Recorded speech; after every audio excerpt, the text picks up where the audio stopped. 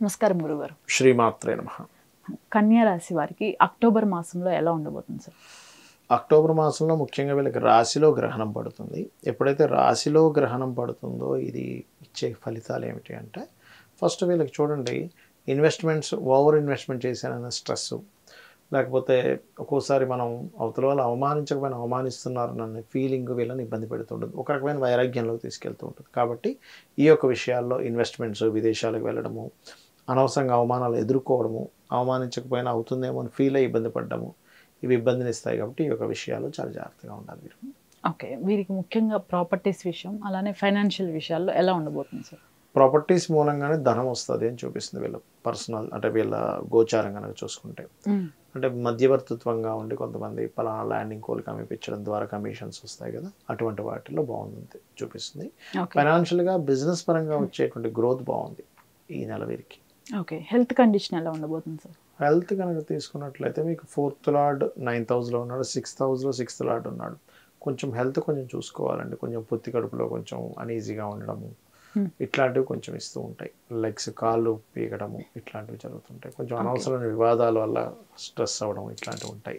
ఎందుకంటే 6లో శని నుండి కుజుడు దృష్టి పడుతుంది మీకు 20వ తేదీ నుంచి. సో 20వ తేదీ నుంచి కొంచెం హెల్త్ విషయంలో జాగ్రత్తగానే ఉండాలి. వీళ్ళకి మ్యారేజ్, అలానే సంతాన విషయాల్లో ఎలా ఉండబోతుంది సార్? మ్యారేజ్ సంబంధించిన విషయం కనుక చూసుకుంటే నన్ను అడిగితే 20వ తేదీ లోపలే సెట్ చేసుకోండి అని చెప్తాను. 20వ తేదీ దాటితే, ఇప్పుడు ఫంక్షన్స్, ఈవెంట్స్ కారకుడు 11th హౌస్ అంటాం. అక్కడ కుజుడు నీచబడినప్పుడు ఏమవుతుందంటే, ఇట్లాంటి విషయాల్లోకి ఎంటర్ అయినప్పుడు, కుజుడు నీచంలో ఎంటర్ అయితే అది కొంచెం ఇబ్బందికరమైన వాతావరణం దారితీస్తుంది. కాబట్టి ఈ విషయాలు జాగ్రత్తగా ఉండాలి. అండ్ అలాగే సంతాన సంబంధించిన విషయంలో కనుక చూసుకున్నట్లయితే, విదేశాల్లో ఉండేటువంటి వారికి లేదా IUI, IVV, IVF ద్వారా సంతానం పొందాలని అనుకునేటువంటి వారికి ఇది సహకరిస్తుంది ఇప్పుడు ఉండేటువంటి గ్రహస్థితి కనుక చూసుకున్నట్లయితే. వీరికి జాబ్, అలానే బిజినెస్ ఎలా ఉండబోతుంది సార్? జాబ్ విషయం కనుక తీసుకుంటే దశమాధిపతిని తీసుకోవాలి. దశమాధిపతి 2లో ఉంటున్నాడు ఆల్మోస్ట్ 13వ తేదీ నుంచి కూడా. సో మార్కెటింగ్ రంగాల్లో ఉండేటువంటి వారు కొత్త జాబ్ అవకాశాలు బోల్డ్ అని వస్తాయి, అందులో ఎటువంటి సందేహం లేదు. ఇంకా బిజినెస్లు అంటే కొంచెం 20వ తేదీ తర్వాత కుజుడు ఎప్పుడైతే లాభస్థానంలోకి వస్తున్నాడో బిజినెస్ డీల్స్ విషయంలో జాగ్రత్త పడాలి. ఓకే, ఈ రాశి వారు ముఖ్యంగా తీసుకోవాల్సిన జాగ్రత్తలు, అలానే చేసుకోవాల్సిన పరిహారాలు ఏంటి సార్? తీసుకోవాల్సిన జాగ్రత్తలు అంటే ఇదే, ఇందాక నేను గ్రహణం లగ్నంలో పడుతుంది కాబట్టి కొన్నిసార్లు మనం చూడండి ఏవో తొక్కుతూ ఉంటాం, రోడ్డు మీద వెళ్తే ఎవరో నిమ్మకాయలు, అలాంటి విషయాలు కొంచెం జాగ్రత్తగా ఉండాలి. తొందరగా నెగిటివ్ ఎనర్జీ కనెక్ట్ అయ్యే ఛాన్సెస్ ఉంటుంది కన్యవారికి ఈ గ్రహణం వల్ల. వెంకటేశ్వర స్వామి యొక్క ఆరాధన చక్కగా పనిచేస్తుంది వీరికి. దుర్గా ఆరాధన బాగా పనిచేస్తుంది. చాలా మందికి కూడా ఈ రాసులు అనేది, పర్టికులర్గా ఈ రాశి అనేది తెలియదు. గోచారాలని అనుసరించి మిగతా వారు ఎటువంటివి చేయాల్సి వస్తుందంట? మీరు చాలా మంచి ప్రశ్న వేశారు ఇక్కడ. ఎందుకంటే కొంతమందికి రాశి, నక్షత్రము ఇవేవి తెలియదు, లగ్నం ఏం తెలియదు. అలాంటి వారు ఈ సమయంలో పర్టికులర్గా ఇప్పుడు మనకి 20వ తేదీ నుంచి కుజుడు మారుతున్నాడు. ఇది దేశవ్యాప్తంగాను ప్రపంచవ్యాప్తంగా అనేకమైనటువంటి విషయాలను చూపిస్తూ ఉంటుంది. మీకు గమనించండి, మనం చంద్రగ్రహణం సమయంలో విదేశాల్లో కూడా కొంత ఫ్లడ్స్ లాంటివి వస్తాయి చెప్పుకున్నాం మనం. అప్పుడు మీరు 2-3 days బ్యాక్ చూస్తే చైనాలో చూడండి విపరీతమైన వర్షపాతం అది నమోదైంది, నిన్న మొన్న సంథింగ్. అంటే ఇక్కడ ఏంటంటే, నేను అనేది ఏంటంటే, ఎప్పుడైనా సరే ఈ కుజుడు నీచబడ్డా, శనిని చూస్తున్నా, లేదా రాహు సంబంధించిన ప్రభావం ఎక్కువ ఉన్నప్పుడు ఏమవుతాయంటే, కొంచెం గతంతో పోల్చుకుంటే ఇప్పుడు కొంత జనాల్లో వ్యతిరేకతలు కానివ్వండి, కొంత అల్లర్లు, కొంతవరకు ఈ ప్రభావం ఏదైతే స్ట్రెస్ఫుల్ని ఇచ్చేటువంటి ప్రభావాలు పెరుగుతూ ఉంటాయి లోకంలో. అందులో పర్టికులర్గా కుజుడు శనిని చూస్తున్నాడు కాబట్టి అందరూ జాగ్రత్త పడవలసిన విషయం ఏంటంటే, కెరియర్ రిలేటెడ్ సంబంధించిన విషయాల్లో తొందరపాటు నిర్ణయాలు తీసుకోవద్దని చెప్తాను. ఎందుకు, శాటర్న్ మీద కుజుడు దృష్టి ఉంది ఇప్పుడు ప్రజెంట్, అందుకని అదొకటి మెయిన్.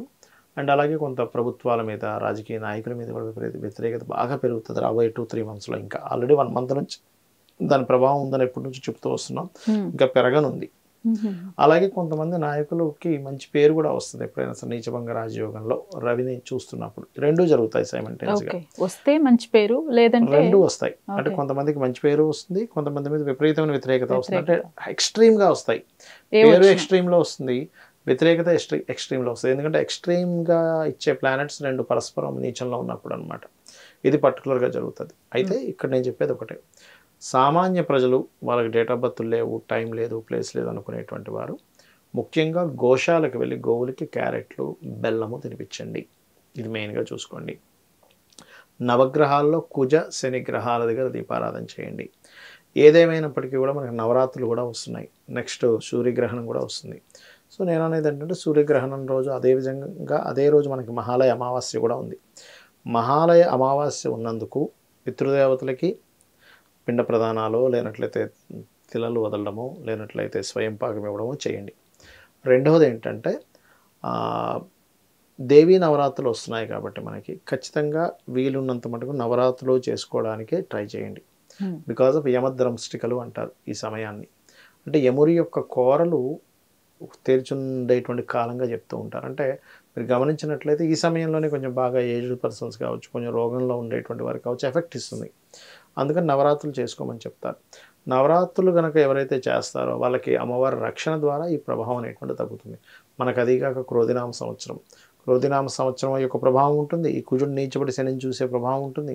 కాస్త 2 గ్రహణాలు కూడా జరిగాయి ఈ మధ్యకాలంలో. అంటే నెక్స్ట్ సూర్యగ్రహణం రాబోతుంది, చంద్రుడు అయ్యారు, సూర్యుడు రాబోతుంది. కాబట్టి ఈ ప్రభావాలు ఏవి కూడా మన మీద పడకుండా ఉండాలి అంటే ఖచ్చితంగా అమ్మవారి ఆరాధన చేసుకోవడం మంచిది.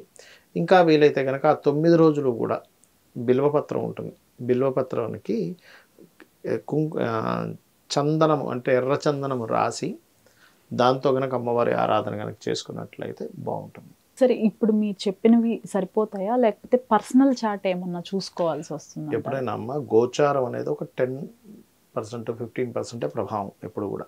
ఓకే, ఎప్పుడు పర్సనల్ చార్టే. ఎందుకంటే చూడండి, ఒక వ్యాపారంలో కొంతమంది బాగా రాణిస్తే కొంతమంది రాణించరు. ఎందుకు అంటే దానికి కారణాలు అనేకం ఉంటాయి. కానీ ఆ పర్సనల్ చార్ట్లో ఈ వ్యక్తికి వ్యాపారం యోగించే జాతకాలు బాగా యోగిస్తాయి. ఇప్పుడు ఇంకా చిన్న ఎగ్జాంపుల్ చెప్తాను చూడండి. ఒక క్లాస్లో టీచర్ అందరికీ ఒకలాగే చెప్తుంది, కానీ ఒకళ్ళు మాత్రం బాగా బ్రిలియంట్ స్టూడెంట్ అవుతారు, ఒకళ్ళు ఏమి చదవరు. దానికి కారణం న్యాచురల్గా చూస్తే మనం శ్రద్ధ పెడుతున్నారు, శ్రద్ధ పెట్టట్లేదు అంటాం. కానీ శ్రద్ధ పెట్టడానికి గల కారణం ఏంటని జ్యోతిషశాస్త్రం చెప్తుంది. వీడు టీచర్ చెప్పేది వీళ్ళు వింటున్నారు, ఈ అబ్బాయి వినట్లేదు, అందుకని వీడు బ్రిలియంట్ అయ్యాడు, వీడు అవ్వలేదు అంటాం. కానీ ఎందుకు వింటున్నాడు, ఎందుకు వినట్లేదని చెప్పడానికి పర్సనల్ చార్ట్. ఎందుకంటే వినే వ్యక్తికి 4th హౌస్ చాలా బాగుంటుంది, వినటువంటి పిల్లవాడికి 4th హౌస్ సరిగా బాగోదు. ఒక స్కూల్కి తీసుకెళ్ళి మనం అందరి డేట్ ఆఫ్ బర్త్లు తీసుకొని అందులో క్లియర్గా డే టు టైం ఉంటే వీళ్ళు బాగా చదువుతారు, వీళ్ళు బాగా చదవరు అని చెప్పేసి ఒక చార్ట్ చూసి మనం అంటే ఏమిటి, దీని అర్థం ఏమిటి, మన పర్సనల్ చార్ట్ మన పూర్వజన్మ కర్మతో సంబంధం కలిగి ఉంటుంది. మీరు ఎదగలేకపోతున్నారంటే మీ లగ్నం పాడైంది, మీకు ధనం సరిగ్గా రావట్లేదు అంటే మీ ధనస్థానాన్ని బాగు చేసుకోవాలి. ఇక్కడ భయపడ్డాం కదా జ్యోతిషశాస్త్రం ఉంటుంది, దాన్ని ఎట్లా ఇంప్రూవ్ చేసుకోవాలి. ఇప్పుడు చూడండి, బాడీలో మనకి కొలెస్ట్రాల్ పెరిగిందంటే తగ్గించుకుంటున్నాం, లేనట్లయితే బ్లడ్ సెల్స్ హిమోగ్లోబిన్ తగ్గిందంటే దానికి ఏమైనా తీసుకుంటున్నాం. అలాగే బాడీని ఎలా అయితే మనం కాపాడుకుంటామో చార్ట్లో ఓకే మనకి గ్రహాలు ఈ రకంగా ఉన్నాయి కాబట్టి దీన్ని సెట్ చేసుకోవాలి. మనం చేసే ప్రయత్నాలు సక్సెస్ అవ్వట్లేదంటే 3rd హౌస్, పిల్లలకి చదువు రావట్లేదంటే 4th హౌస్, సంతానం కలగట్లేదంటే 5th హౌస్, వివాహం అవ్వట్లేదంటే 7వ స్థానం. డైలీ మనం చేసేటువంటి కర్మలు ఎప్పుడు ఇబ్బంది ఎందుకు పడుతున్నాము అన్నప్పుడు 6th హౌస్ బాగోదు, పూర్వజన్మ కర్మస్థానం అంటారు 6వ స్థానాన్ని. అలాగే మనకి ఉద్యోగంలో బాగుంటుందా, వ్యాపారంలో బాగుంటుందా అంటే 10th హౌస్ బలంగా ఉంటే ఉద్యోగం, 11th హౌస్ బలంగా ఉంటే వ్యాపారం, బుధుడు బాగుంటే వ్యాపారం, శని బాగుంటే ఉద్యోగం, అట్లా అనమాట. ఆ రకంగా ఎప్పుడు ఇన్వెస్ట్మెంట్ చేయాలి, ఎప్పుడు ఎటువంటి టర్నింగ్ పాయింట్స్ వస్తాయి అన్నీ కూడా జ్యోతిష్ శాస్త్రంలో మనకి పర్సనల్ చార్ట్లోనే ఉంటుంది. ఇదేంటంటే జస్ట్ ఇప్పుడు ఉండేటువంటి పరిస్థితి, ఇప్పుడు ఇక్కడ నుంచి నేను ఇంటికి వెళ్ళాలి, బాగా ట్రాఫిక్ ఉంటే గంటన్నర పట్టవచ్చు. మొన్న వర్షం పడింది, నేను కొండాపూర్ నుంచి ఇంటికి వెళ్ళడానికి 4 hours పట్టింది. అదే నార్మల్గా పొద్దున్నే నేను 6 o'clock అప్పుడు కార్ వేసుకుని వచ్చామనుకోండి, మనకు 30-40 నిమిషాల్లో వచ్చేస్తాం. ఎక్కడ 4 గంటలు, ఎక్కడ 40 నిమిషాలు. అంటే బయట ఉండే పరిస్థితులు ఇది గోచారం. ఇప్పుడు పరిస్థితులు ఇలా ఉన్నాయి కాబట్టి నువ్వు ఇలా మెదులు అని చెప్పేది గోచారం. ధన్యవాదాలు సార్. శ్రీమాత్రే నమః.